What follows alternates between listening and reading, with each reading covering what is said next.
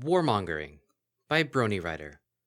To Princess Celestia, this is a formal declaration of war from King Hanat of the Third Diamond Dog Kingdom on the 30th of September, 1195.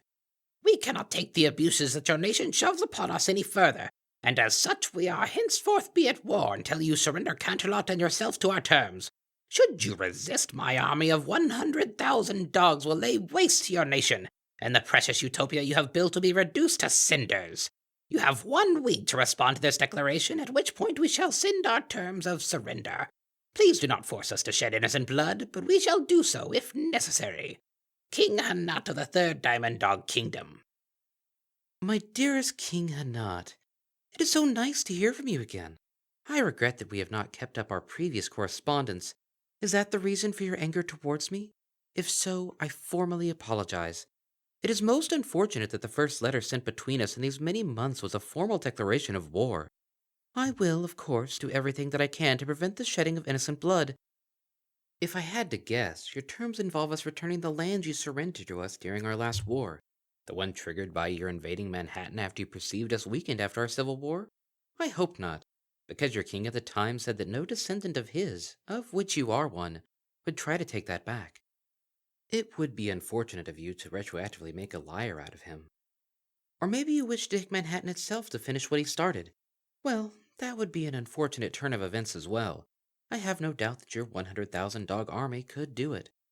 But enough about the silly war. How are you? I can say that we are doing well.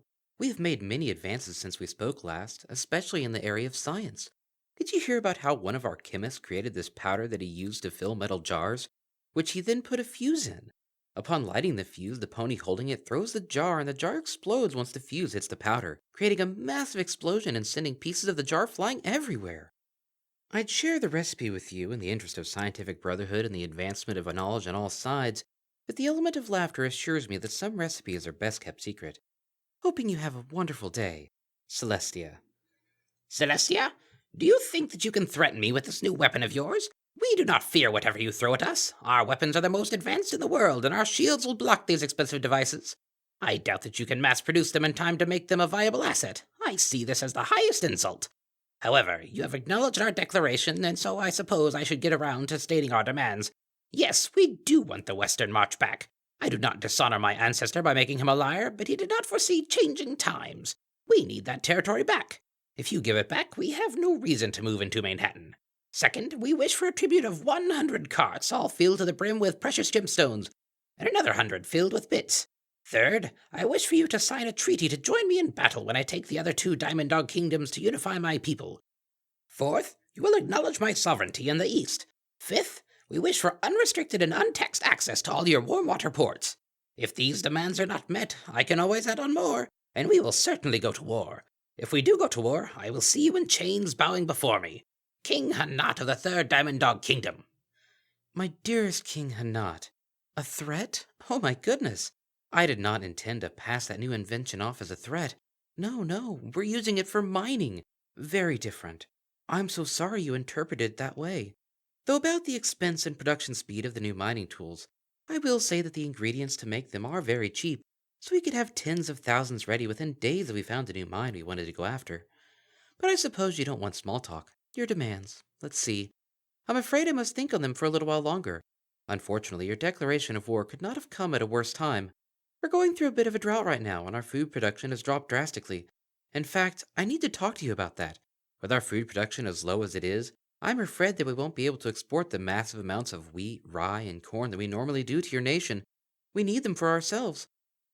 While I understand this might be a bit of a burden for your subjects, particularly in this time of war, there is nothing to be done for it. I am terribly sorry about this because I know that you really cannot grow these crops in your harsh environment. You'll think of something, though. I'm sure that the First Kingdom, who can grow good crops, I hear, will be willing to export food to you. Or they might have been. Unfortunately, and this is a total mistake on my part that I stay up at night weeping over, a delegate from the First Kingdom was in a meeting with me and accidentally put your last letter in a stack of diplomatic papers I gave him.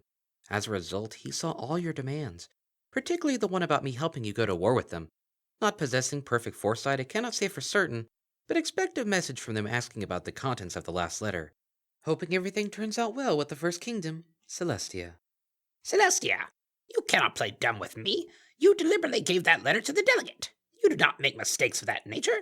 You're only making this worse for yourself with this insolence. And do you really think that I did not foresee you cutting off our supplies? I began trading with the Griffins for an equal amount, so do not worry about me feeding my subjects. Your trade embargo will have no effect on us. Your insolence will not stand, Celestia. This war is coming, and it is coming very soon. I know that you are a peaceful nation, so you do not possess an army nearly as powerful as mine. Your royal guard fell quite quickly to Chrysalis and her changeling invasion force. You have strengthened it some since then, but not nearly enough to repel a force of my size. Do not toy with me, Celestia. King Hanat of the Third Diamond Dog Kingdom. My dearest King Hanat, you cannot imagine how happy I am to hear that your subjects will be fed despite my nation not being able to export to yours.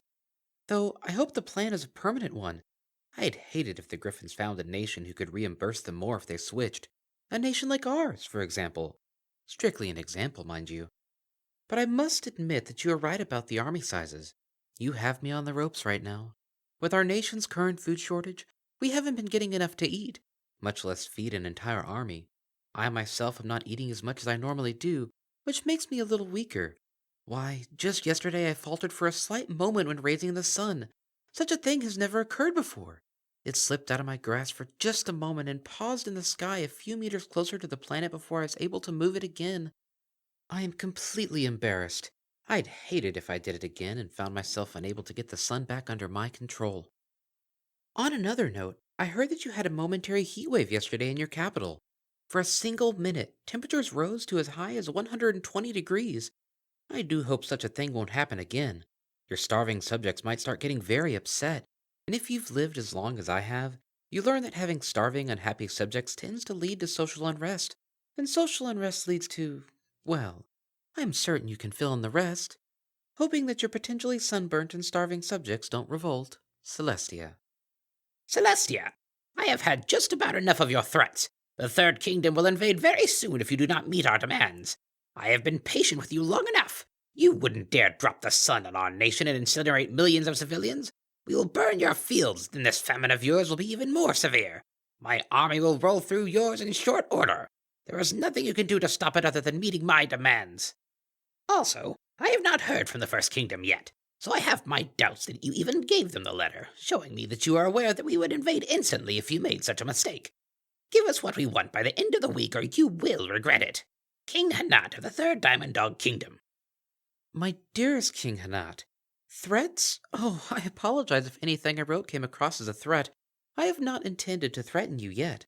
Merely provide information on the well-being of my country, give advice about yours, and talk a little international politics that affects both of us. But threats? Oh, goodness, never. And feel free to ignore any advice this little old mare gives you. Sometimes I don't know what I'm talking about, especially with how stressed I am about the impending war with you these days. I actually had some interesting conversations with my good friend Discord yesterday. I asked him how things were going in Ponyville, where he spends much of his time with the element of kindness. They have become so close, and he's very protective of her. He'd do anything to preserve her from harm. He'll produce food, turn timberwolves into firewood, or fight off invasion forces for her. Isn't it sweet? And to think he used to fancy himself a villain, but I know that all things can be good. I do not know if you have met Discord, but he is quite the prankster, even since his reformation. He provoked one of my more irritable guards the other day, and the guard actually stabbed him right through with his spear. It didn't do anything, of course, and Discord turned the guard's spear and armor into applesauce. I must admit, it was quite tasty applesauce, too. Don't tell Luna that I ate any, as these are hard times, but I couldn't help indulging. Honestly, though, turning weapons and armor into applesauce, being stabbed right through and surviving with nary a scratch, what will he do to surprise me next? I thought I had seen everything. It just goes to show you that even this old mare can learn new things. I suppose I shouldn't be surprised in the end, however. He can move the sun and moon without any effort, and he did manage to turn the entire world into his Chaos Kingdom within about an hour the first time he took over. I'm glad he's reformed now, though. He does so love Fluttershy, and would do anything to protect her. If anything actually happened to her, I shudder to think. Hoping the Discord doesn't get overly paranoid in keeping Fluttershy safe. Celestia. Celestia, this has gone on long enough. You will meet our demands tomorrow. I don't care for your tomfoolery. My patience is at an end. King Hanat of the Third Diamond Dog Kingdom. My dearest King Hanat, I'm so sorry they did not respond yesterday, but I was in a meeting all day with 5 50-ton bull dragons who came to offer their aid to Equestria however they could. I think this might be the breakthrough that we've been waiting for. The dragons have always been friendly to Equestria, and so to hear that they are on our side through this terrible time is comforting to me and my subjects. I do wish you had been there, actually. I think you would have been most entertained. Rather than us putting on a little show for the amusement of our guests, they put on one for us. The largest of the bull dragons brought a half-ton of steel, and with a single burst of flame he melted it into almost nothing. I considered myself impressed, even with all the things I have seen in my life. Unfortunately, the looming war with you did come up. I did not intend that, but once again I mistakenly left one of your letters out when meeting with them. I walked right out with it in my magical aura. Maybe I'm getting forgetful in my age, and they noticed it and asked what it was. I, of course, had to tell them, and they extended their promise of help to any hostilities we may have. I do hope that it does not come to that. On a separate note, I heard through the grapevine that you were having some trouble with the First Kingdom. The Second Kingdom might be a little miffed at you as well, if rumors to be believed, which it often is not. I hope it is nothing serious. Hoping that you are not in too much trouble with the other two larger kingdoms, Celestia.